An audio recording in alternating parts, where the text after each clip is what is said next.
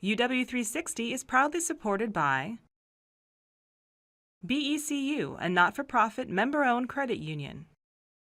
Pacific Office Automation, copy, print, workflow, and IT. Problem solved.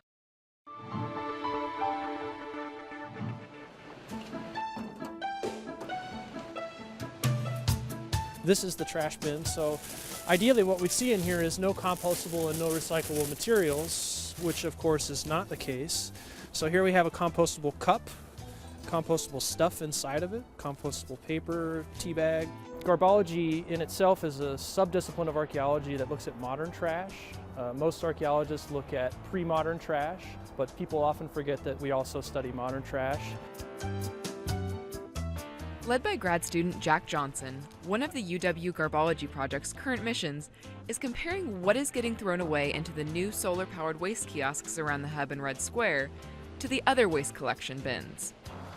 The Garbologists are finding out about 2/3 of the campus's outdoor waste is being thrown away correctly, but they're working on a plan to help improve that rate. We could divert as much as 95% of our outdoor waste if we were to compost and recycle with 100% efficiency. We're also finding that about 71% of all the waste stream that gets deposited in outdoor trash cans is in fact compost. So the single best thing we can do to divert more waste is to compost more. Amy Mandan is one of the student volunteers that make up most of the tiny team sorting and studying trash in this first-time collaboration between the university's facilities services and anthropology departments. It's really nice when packaging has something that says, compost me or recycle me. Amy and nearly everyone involved in the UW Garbology project agrees. Throwing things away on campus is confusing. Hi, and welcome to my presentation on Garbology. This is from a video she made after lunch one day.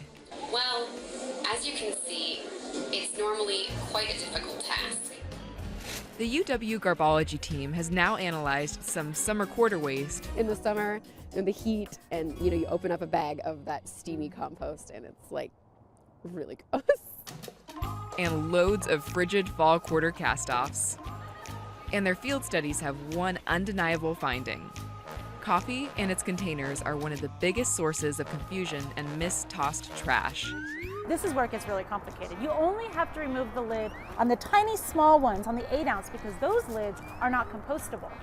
But those lids are recyclable. But on this size, the 12 ounce or the 16 ounce, the lids are compostable. Emily Newcomer, the UW's recycling and solid waste manager, says nearly everything sold by campus food vendors, including containers, lids, and straws, is either recyclable or compostable, so very little food waste is true trash. As for how to handle that trash in the years to come, she likes the new kiosk's solar-powered trash compactors because they hold so much. Another futuristic feature? When a can is full, the light turns red and it sends an electronic signal to the UW Solid Waste office, saving the staff from having to circulate and check by hand.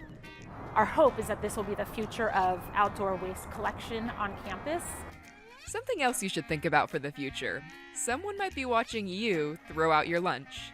People might lie to you about what they actually do in their lives, but their trash doesn't lie. It's 100% real story of how we live our lives, for the good, for the bad.